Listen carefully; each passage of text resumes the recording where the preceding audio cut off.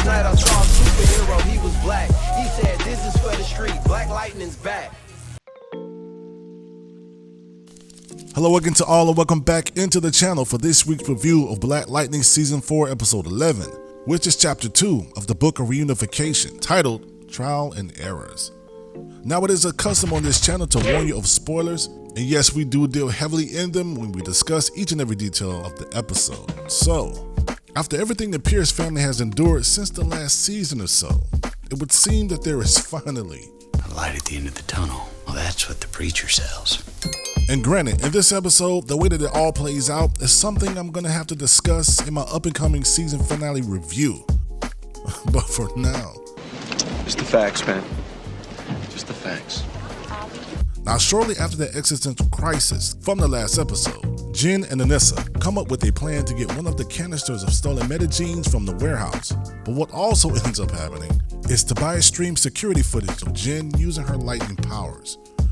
Now, this is the second time someone has gathered tactical data on Jen, meaning Ishmael from episode 9 has already got some kind of information on her flight trajectories. And given the fact that a piece of Jen is still lingering in the ionosphere, not to mention the fact that Jen keeps doubling over in pain for some reason, Jen is not out of the woods yet, by a long shot, especially now that Tobias knows exactly who he is dealing with by running that DNA scan.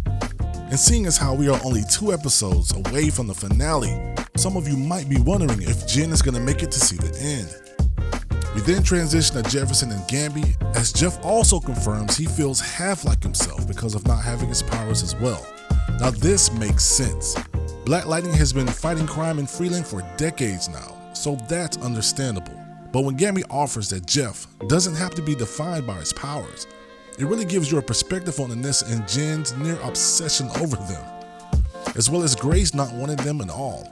Now after that scene, we then catch up with Lynn and her ex/lawyer that tells her and Jefferson that her best course of action will be to take a plea deal with a lesser jail time. This does bring to light the fact that Lynn and Jefferson are still technically not married, since like before the show even launched. And this is leading me to believe that their official marriage ceremony will take place in the finale. So Tobias is officially the mayor of Freeland now, and one of his first orders of duty is to hand a vial of metagenes to Chief Lopez to boost her ranks within the police force, even though the effects won't last long. But I guess we're due for some kind of big meta Smash Brothers showdown brawl in, and say it with me, the finale. So after a long window of episodes, like I'm not even sure how many it's been, the Pierce family finally has a meeting of minds and develops a plan to rewrite some of the wrongs that Tobias has enacted in their lives. Specifically Lynn, who echoes exactly what I've been saying in my reviews since I started. That being how they are so reckless. And since Jen used her powers to get the metagene canister, which wait a minute, did she even need her power? Just the facts. Alright, I'ma chill. But directly following this meeting, Khalil and Jefferson finally talk after parting ways at the end of season 3. Now from this meeting, Looker is identified as the puppet master behind Agent Mason, making this moment right before the FBI raid make all the more sense. And because of Looker being able to be identified by Jefferson as a viable player on Tobias' board, Lynn gets to work on a solution to break that link that Looker's liquid metal has over its host. And due to the meeting with Khalil and Jefferson, Khalil produces a digital ledger containing all the connects paid off by Tobias, which is proof positive that Jefferson was being set up. Jefferson then chooses to come clean with Detective Shakur about being Black Lightning. And if you think about it, this reveal comes earlier than it did with Henderson. But with the reluctant help of Shakur, Jefferson is able to slip the solution to Agent Mason, completely breaking him free from Looker and convincing Shakur that this was not a game. And because this show is based in the comic book, you know we had to have a showdown between Looker and Khalil. And if I'm gonna be real, I wasn't really expecting this fight, but I was kind of glad that we got it anyway. And the fact that we've seen Khalil take L's in the past, when she got that upper hand in the first part of the fight, it was convincing and kind of kept you on the edge of your seat just a little bit.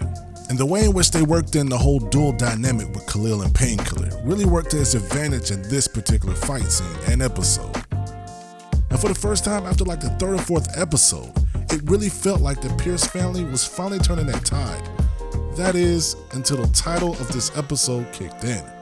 And Jen, as usual, we get that. But sometimes what looks reckless actually gets stuff done. Shut up! Shut up! Now I'm gonna try to be as fair and unbiased as I can. TC did help maybe instigate this whole thing. I'll give the show that. However, since Jen is supposed to be so bawdy about it, why then did it not occur to her that since she is at war with Tobias, I mean, look at it this way. Have you ever heard of anybody going on a date during wartime? I mean, really. And when you're not thinking about it that way. And what do you get? In the arms of the angel, you're in the arms. So Gambi invites Lauren over after creating an algorithm for some help in finding the omitter. Anissa is also there waiting in the wings to help soften the blow of espionage and betrayal that Gambi has been pulling on Lauren. Anissa shows her proof of what Tobias has been doing within the medical division of Monte Vista. And even when she went outside with Gambi, I was still like, she's gonna reveal that she's working for Tobias. But she still doesn't, at least not yet. And finally, Tobias knows about Khalil. With only 2 episodes left, their final confrontation, I think is gonna be worth the wait. And that just about does it for this review. Stay tuned in the Content Meta for more reviews just like this one. Also, be on the lookout for those real takes that will drop very soon, if not maybe tomorrow, with further details of the contest. Again, thank you so much for watching, and until then, see you then.